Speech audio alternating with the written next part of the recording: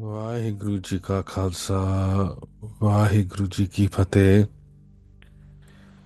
Thank you, Sangat ji, for joining us today for a beautiful discourse and Sangat time. The beautiful love of the Guru Granth Sahib Ji has told us these precious words. Guru Ji explains, Har kirat saad sangat hai, sir karman ke karma, kaho nanak tis payo parapat, jis purb likhe ka lehna. They explain that singing these praises in the presence of the Sad Sangat is the highest of all actions that we could ever be doing in this life. And Guru Nanak explains that we only obtain this through a predestined blessing. Those who are predestined to receive this are the ones who get this gift of Sad Sangat. They get the gift to actually come together in this Sangat to remember the divine. Sangatji, what does the Gurbani mean? What does the Guru mean when they speak about the preordained destiny? Or when we generally refer to something as being preordained or pre-written, what are we actually referring to? And as Zachariah ji started, they said we're not sitting in this Sangat by a mere coincidence. We're sitting here because of this preordained blessing. A preordained perception even, a preordained curiosity that has brought us here. Simply, Sangatji, we're sitting here because of a past seed that we've planted of devotion. Due to some past connection, a past thought, even a casual thought, those thoughts, those perceptions have been written on this soul. For some of us, that thought might have been fleeting, but for others, it would have such a deep intensity. And depending on our past emotional history, whatever the reason, whatever our previous karmas, whatever our previous experiences, all of this, a culmination of this has brought us into the satsanga today. That curiosity has brought us into this present moment, where we have the blessings, the fortune, to be able to protect our here and now, to find that mental stability in the here and now. It's why Guruji has said that those that find the Sangha, that come in the Sangat, are extremely fortunate. Because of something that we planted previously, Sangatji, we've been blessed with these moments of Satsangat. So in effect, understand it this way, that because the Divine has called us here, the fruits of all our previous meditations of living in high values, living in consciousness, means that we are given this opportunity for Sangat. We have the opportunity to be here and now. So each and every moment that we're in the Sangat is a blessing. We are all blessed by just simply by sitting here. I see others around Sangatji. I see people who have grown up amongst Sangat. Even though they've entered the Sangat, they do not realize its taste. They do not realize how special that Sangat is. And Gurbani gives us an example. They say just like a wooden spoon is stirring around that food in the pan, when you're stirring and you're cooking something, and that spoon, that ladle is going all the way through that pan. It's all around that food. But once we take that spoon out, it doesn't retain any of its taste. In the same way, there are those that have Sangat. They have blessed with this opportunity, but they lose it. They waste these opportunities by not understanding its essence or its taste. And what's surprising, Sangatji, is despite all this blessing around them, they will reject that blessing. They will create obstacles and barriers for them. If we examine their life, Sangatji, do they have that mental stability? Are they plagued with those endless irritations? Are these arguments that they're making in the name of spirituality enriching their lives? Doesn't take a second thought. But that negativity, even though they are blessed with the Sangat, blessed with those opportunities, is what's determining their perceptions. It's what's determining their outlook. As Guru Ramdas Ji Maharaj says, Jo Satgur Saran Sangat Nahi Aaye, Trig Jeeva Trig Jeevas. Those that have not found this sanctuary of the Sangat, those that have not had this preordained blessing, cursed is their lives, Guruji says. For Guruji, Sangat is everything. What's the point of being, of living? What's the point of having this if you're not blessed with that opportunity? What hope can we have? But in the same way, Guru Ramdas Ji says, but if we're lucky to have this Sangat, and if we're realizing the beauty of these messages, and then even more, if we're then implementing this in our life, we realize what potential we have. We realize what security we have. We realize what stability we have. We realize what comfort we have. No one has ever found the divine Sangat without the association of pious souls.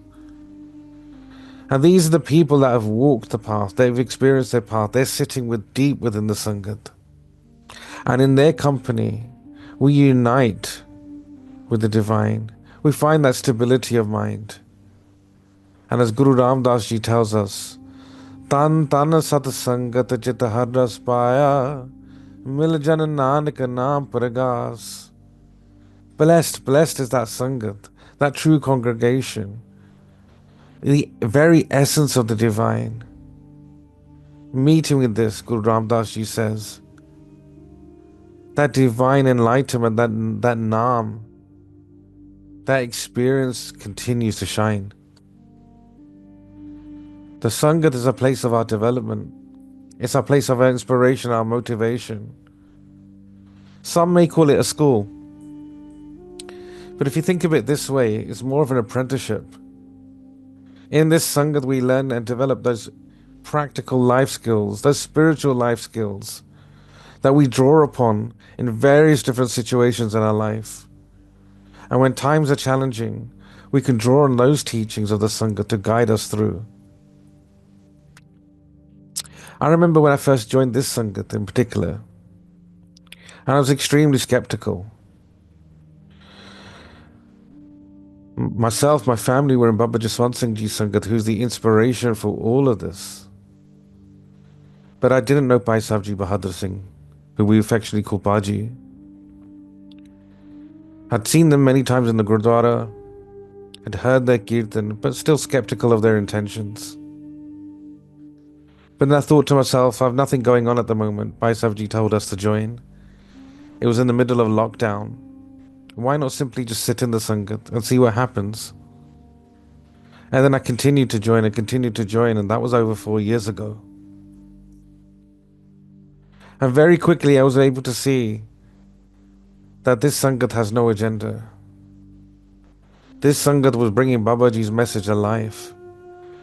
This was bringing Babaji's long mission of seva, selfless service, of Simran, to celebrate oneness together. This Sangat was looking to unite one and all with their true self, to realize their true origin of who and what they really are, to connect with the one Shabad, with the one divine vibration. In this Sangat, in this divine congregation, nothing's asked of you. Nothing. Nor we ask for our money, nor do you have to go through any troubles just to get a spiritual instruction. Everything's given freely. Nor are you made to worship out of fear, out of guilt, out of regret, out of shame. No. Babaji's message was this: just simply come and sit in the Sangat. Take in the atmosphere. If it's for you, then stay. If it's not, then continue on your journey. But this home is always here for you. And in the same way, this Sangat has no attachment. It simply wishes for your soul to find its true potential. And for these reasons, I've been able to love the divine here and now. And it's for this reason that I sit in the Sangat. It's because of your inspiration that I'm able to sit here and deliver these talks. Without your inspiration, without your blessings, this is not possible. Doesn't matter where we look, we're all in a constant search for happiness and contentment. Our inner nature is one that craves this happiness and contentment. But in reality, Sangaji, as long as we are away from our source, anything that's away from its origin will just live in a state of frustration. As Guru Arjan Dev Ji, the fifth Guru, says, Paramesar te pullya vyapana sabbe rog. Forgetting this one divine, all sorts of illnesses are contracted. These are the illnesses of the mind, Sangaji.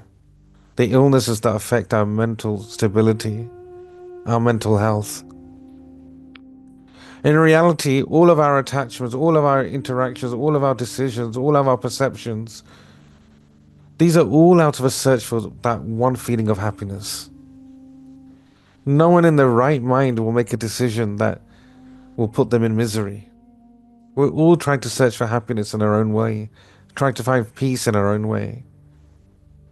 And it's this feeling of happiness or peace that we're attached to, not the experience itself.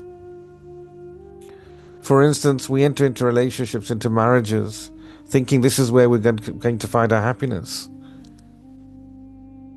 We have a perception that being in a relationship is a sort of happiness. But in reality, this has little to do with the person that you're with. A relationship breaks, and then we find ourselves searching for another. Not because we're attached to a particular person, but we're attached to that feeling. We're attached to that feeling about what a relationship might feel like. Then, Sangaji, we create stories that having children brings us happiness. We may have one child, but then look for another, just for the fond memories that the first child gave us. But this is also a feeling or a perception, an attachment that we've created. This has nothing to do with the child itself. If relationships create happiness, then all relationships would find contentment. They don't. If children are a source of our happiness, then any parent with a child will be completely happy and content. They're not. If our jobs kept us motivated and content, then why would we look to change and frequently change and complain about the jobs that we have? Our happiness, our contentment results from the ultimate perception, the thoughts that we created, and there's repeated actions. So where is that place of permanent peace? Where is that place of permanent happiness? Where can we find this? Guruji has said, Bachan sadh sukh pantha lahanta bad karmane. The words of the holy, those pious souls, are the path of peace. And these are obtained through that preordained karma, those preordained blessings that we've spoken about. The words of our scriptures, the advice of the saints, the messages that we hear in this Sangat, this is our source of peace, our internal peace, that everlasting peace, that peace that won't be destroyed, that can't be burnt, that can't be destroyed, that can't be drowned. That internal peace is found here in the words of our Guru, the words of the scriptures, in the instructions of the Sadh Sangat. And this comes as a blessing. As Guruji says, Danang para purben pujante mahipate. They're in the same way that those that are enjoying and relishing in states of bliss and states of luxury are also eating these blessings that they've come from past instructions, past benefits. But this internal peace is found in the state of the Satsangat. The Sangat is the place where we find this contentment. But what peace and contentment is Guruji speaking of? They're speaking of peace and contentment in the true sense of the word. And that's the stability of this mind, where we're no longer controlled by our perceptions, where we're no longer trying to understand things through our ego, where we're not making decisions based on our ego-based intellect, or where we're not experiencing things through our sense gratifications. This is where the ninth Guru explains the state of someone who has achieved that stability of mind. Guru Tegh Bahadur Ji say these precious words. जो नर दुख में जो नर दुख में दुख नहीं मानै सुख सनेव अर पहनी जाकै कंचन माटी मानै रहाओ नै निंदिया नै उस्तत जाकै लोभ मोह अभिमाना हारक सोग ते नह रह नियारो नाहे मान अपमाना आसा मनसा सगल त्यागै जगते रह निरासा काम क्रोध जे परसे नाहन ते कट ब्रह्म निवासा गुर कृपा जे नर को कीनी ते ए जुगत पछानी नानक लीन पयो गोबिंद स्यो जो पानी संग पानी गुर कृपा जे नर को कीनी ते ए जुगत पछानी नानक लीन पयो गोबिंद स्यो जो पानी संग पानी. In these words, Sangat Ji, Guru Tegh Bahadur Ji is describing that peace that's experienced by those precious souls that have achieved the stability of mind. What is this peace that Guruji is telling us? They describe it in this way. First, doesn't matter how much pain they experience, how much pain they endure, they do not feel this pain and suffering. This doesn't mean that the pain is not there. This doesn't mean that they've totally ignored what's happening. It means they've taken away any attachment, any perception to what they're experiencing, and they're simply just accepting that moment as it comes. They do not let the external circumstances disturb their peace, nor do they react on past traumas and emotional experiences because they're rooted in that present. They've removed any judgment of that situation, that judgment calling a situation good or bad. They're removing any anguish in that situation, saying that situation, that experience should or should not happen. And by removing that judgment, by removing that attachment to a simple feeling, they are achieving this liberation. Then Guru Tegh Bahadur Ji says that these souls, they've removed any attachment or pleasure or fear. They remain unaffected by both, by pleasure, by fear. Meaning that they're not affected by any worldly joys or trapped in these emotional bonds anymore. And Guruji gives an example. Kanchan mati mane. They see gold and dust alike. Meaning they do not assign any exaggerated value to material wealth or anything in this world. Regardless of what's in this world, they all know that eventually that will turn to dust. So they do not have any attachment to anything worldly, and they've kept their mental stability. If something breaks, they accept it. You get that scratch on that car, that's not affecting them. If someone takes something away from you, they're giving freely because they've removed the mental anguish that any of those things cause. Then Guruji says that these characters are not swayed by praise or even slander. This is a difficult one. This is an interesting one, Sangat Ji. Nor do they care if they're praised by anyone, nor they care if someone slanders them. Equally, they're not bothered whether they are not concerned with harming anyone with their words, with their actions. And the reason being, Sangat Ji, is that their self-worth is not dependent on any external validation or any opinion. Their self-worth is not based on what anybody else thinks of them. This is an important stage, Sangat Ji, of actually letting go of the effect of the ego in our life. But realizing that we do not have to act based on the validations or perceptions of others. Where we do not have to go walking around pleasing others. So nor are they swayed by slander, nor are they swayed by blame or praise. Just for if someone gives them a bit of attention, they do not leave their spiritual disposition just because someone's praising them. Nor are they affected by bitterness if someone slanders them. Then they're beyond greed, attachment, pride, joy, sorrow, honor, and dishonor, all of these emotions. They remain stable in all of these situations. There they have no hopes and desires, Sangaji. When you live in the present, you're not worried about future gains or losses. You simply experience in the bliss that that moment brings you. Each of these things, Sangaji, the praise and the blame, beyond greed and attachment, beyond pride, renouncing those hopes and desires, these are all stages of freedom, mental freedom, because you're not consumed by any of these. Then Guruji says, nor are they touched by desires, by lust, by anger.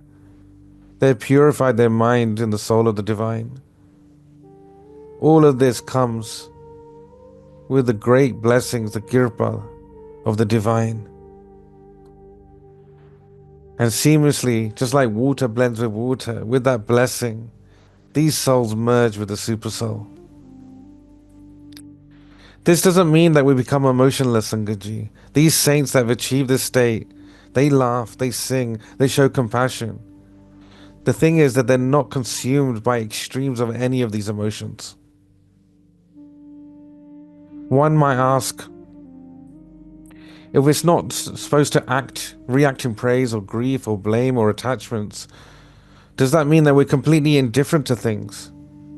Does that not make us negative in this world? What's the point of actually living? What's the point of having any interactions? The answer here, Sangaji, is that this is a detachment from these emotions, not in a disengagement. They're fully engaged in every single action, but they detach themselves from the feeling, from the perception, the outcome. If we take the example of grief, Sangaji, the spiritualist rooted in divine values will experience loss like anybody else. But the way they process and react to that grief is completely different. To the spiritualist, there's this understanding that this life is not permanent. There is an acceptance that this body is not permanent. Our cars are not permanent. These are all limited to our physical interactions. In this understanding, the spiritualist doesn't mourn in the conventional sense. They remain in a state of relentless optimism, where they rely on the support of the Sangat, the continuous energy of the scriptures, and that continuous power that flows within them. These messages of the Sangat provide them with peace of mind, provide their support, provide their energy and their optimism. But where we do not have this, and when we allow our perceptions to be defined by the influences of others and external perceptions, when our perceptions are then based on worldly needs, these then affect our outcome. These affect our attitude towards grief.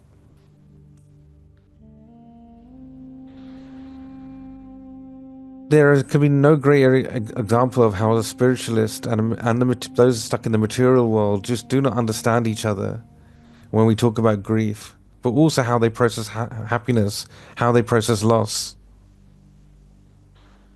The Gurbani does not teach us to completely get away from any of your responsibilities, to renounce your responsibilities, but gives you a method to be spiritually grounded. Guruji says, be like the lotus in the muddy water. Live in this world, but remain unattached to its impurities. Perform all your duties, but don't let the outcomes disturb your inner peace. And in each and every action, each and everything, each and every interaction that we have, see that as divine. Sab Gobind hai, Sab Gobind hai, Sab Gobind hai. Gobind bin nahi koi, as Bhai Sahib Ji was telling us recently. Enlightenment is all around us. It's not something we have to find. Enlightenment's here and now. That light is ever shining. The divine is ever shining. But when we move beyond these sense perceptions, when we move deeper within ourselves and rise up above these validations, there we'll find that enlightenment within us. Because the divine is here. See the divine in everything. So in this way, Sangaji, we're experiencing everything. We're showing compassion. We're showing our love and happiness. But we're not jumping from one emotion to the other. Deep down, this mental state of the spiritualist, that conviction remains completely the same, whether they're in happiness or sorrow or joy. One remains completely unshaken by these worldly fluctuations, Sangaji. And finally, the ultimate goal is to merge completely with the divine. Just as water merges with water. In the same way, when we let go, let that ego drop. And when we realize we will never separate from the divine itself, we'll find that stability. We'll find that sense of calm and peace. We'll find that liberation. As Guru Tegh Bahadur Ji said in the last lines, Nanak leen payo gobind syo, jo pani sang pani. Oh Nanak, he merges with the divine, just like water merging with water. This is a way of life, Sangaji, of the spiritualist. The way that we can find this true stability of mind. And if we live in this way, we'll find that mental freedom. But this, Sangaji, is a path that many don't understand. Those that are perceiving things through their senses and are troubled by these emotional traumas will just simply not understand this path of the spiritualist. And this also has to become a test for the spiritualist herself. A test for you to realize how deeply rooted are you within your spiritual values, within your divine values, or do you lose your center because of the slightest hot winds that start blowing in your direction? As you start to spend time in Sangat, a transformation starts to occur. And you don't realize this is happening. But slowly, you start to see changes in yourself. You start to realize that this meditation, this service, your prayers, are affecting not just yourself, but all those people around you as well. Those things that used to trouble and bother you are no longer troubling and bothering you anymore. Where you automatically start responding in love and compassion. When you start responding from a place of higher consciousness, from a state of completeness instead of a state of lack and wanting. When you're realizing that everything is overflowing and not empty, where that longing and that discernment starts to decrease. And most importantly, when you start rising above these emotional traumas and tensions, you're realizing that this is then inspiring others, motivating others. Simply the way your life, the way you have your life, the way you're running your life is acting as a motivation for others. Know this, Sangaji, at this stage. That's when devotion is taking root. All of these blessings, Sangaji, that we've spoken about now, all start from the Sad Sangat. These are all present within the Sangat. Gun Nidan Bhagtan ko Bharatan, Birla Pave Koi. All these blessings are within the Sangat, within those pious souls, and in their blessings they give out freely to you. We can meditate, we can read our scriptures, but the practical application, this on-the-job training, this vocation, comes in the Sangat itself. And this is enlightenment in its true sense. When we have difficult times, when we have difficult experiences, draw back on what we know. Draw back on the messages of this Sangat. Think about how the Guru will react. Think about how your Sangat will react. Take advice from that Sangat. And the same in times of joy and happiness. How would your Guru act? How would the Sangat act? Take advice from the Sangat. Meaning that in each and every situation and interaction, you stay true to those divine virtues, those divine values. And in this way, Sangatji, we start to adopt these values in our life. We'll simply disappear. Just like the river becomes complete by merging with the sea, we will also experience that same completeness. And with these words, Sangat Ji, thank you for your time, and I beg your forgiveness for the countless mistakes I have made. Vaheguru Ji Ka Khalsa, Vaheguru Ji Ki Fateh.